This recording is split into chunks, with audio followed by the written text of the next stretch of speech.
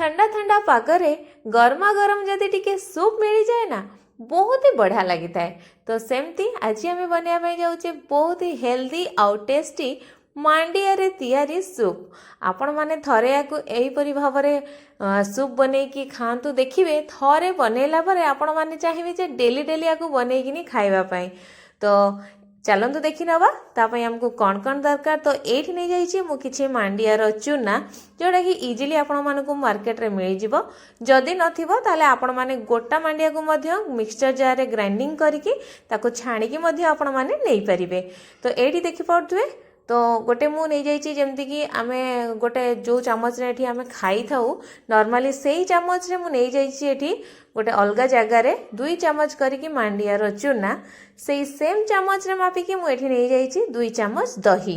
आपण मानक पाखरे यदि फ्रेश दही अच्छी नहीं पारिबे नाही तो जदि खट्टा दही अच्छी मध्य नहीं पारिबे। तो मुझे आपण मानक सजेस्ट करी टिके खट्टा दही नेले ना आर टेस्टा बहुत ही बढ़िया लगी थाए।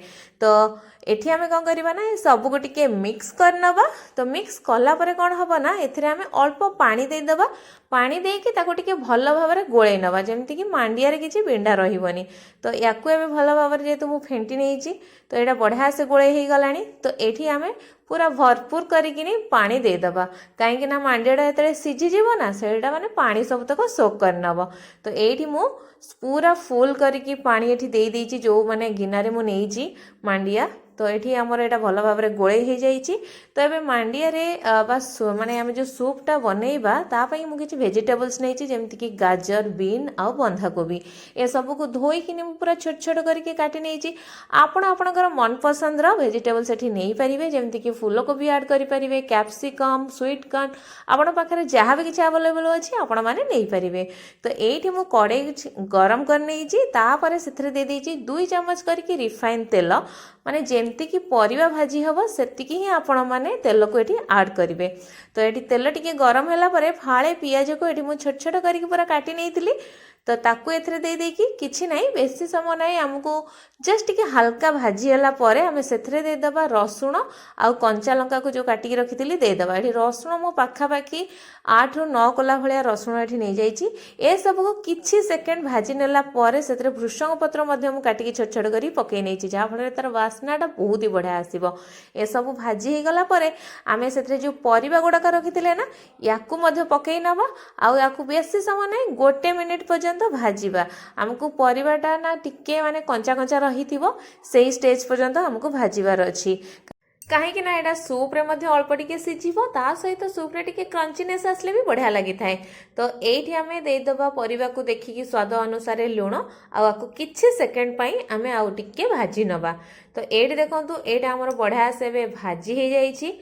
तो आमे जो गोले की रखी थिले मांडियार चूना को दही आउ पानी सहित तो यही स्टेज रे आमे कौन करिबा ना सबुतक एठी आमे दे दबा आउ एठी गैस रो फ्लेम टाको पूरा हाई करि नबा आउ याकू आपण माने कंटिन्यू गोळौथिबे काहेकि ना एटा सिझिबा संगरे तळे मध्ये लागि जिवार चांसेस थाए। तो आपण माने आकू माने कंटिन्यू एंडी गोळौथिबे।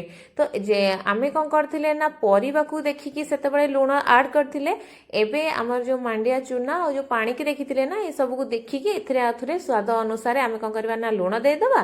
तापरे एटी छोटो चामच रे मु आधा चामच दे देछि गोल मरीचर गुंड जोटा कि बहुत ही बढ़िया फ्लेवर आनिबा संगे बढ़िया टिके टेस्ट आनी थाए एथिरे। तो एबे सब को पके सारला परे आउ बेसी नाही 2 ରୁ 3 मिनिट पर्यंत आकू फुटेबार अछि काइना एटा ऑटोमेटिक सिझी गला परे आउ टिके बहलिया मध्ये हेइ जिवो। तो आपण मानकर किछि टेंशन नाही जेते पानी देले भी चलिबो। तो एठी देखंतु 3 मिनिट ରୁ 4 मिनिट परे एटा हमर केते गाढ़ा हे गलानी बा बहलिया हे गलानी ता माने मांडियाटा हमर पूरा बढ़िया से सिझी गलानी। तो एई स्टेज रे मु देई दोछि किछि फ्रेश काटी की रखिथिबा धनिया पत्र को बस ए सबु केबे भल भाबरे गोळै नबार अछि। एठी हमर तैयारी हो जाइए मांडियार सूप। तो देखि पारुथिबे केते बढ़िया भाबरे हमर रेडी हो जाइए। तो एबे हमर किछि करिया नाही गोटे जगह को काढी नबार अछि। तो तापरे आमे एथरे दे दबा फाळे जो काटी की रखिथिबा माने कागज लेंबू तार रस को निहाती भाबरे पकेइबे बहुत ही बढ़िया टेस्ट आसीबो। देई सारला परे जदि आपण माने टिके अलणा लागुची कि आपण मानक लूण टिके दरकार हबो ए स्टेज रे पकेकी आपण माने याको गोळै नेबे भलसे।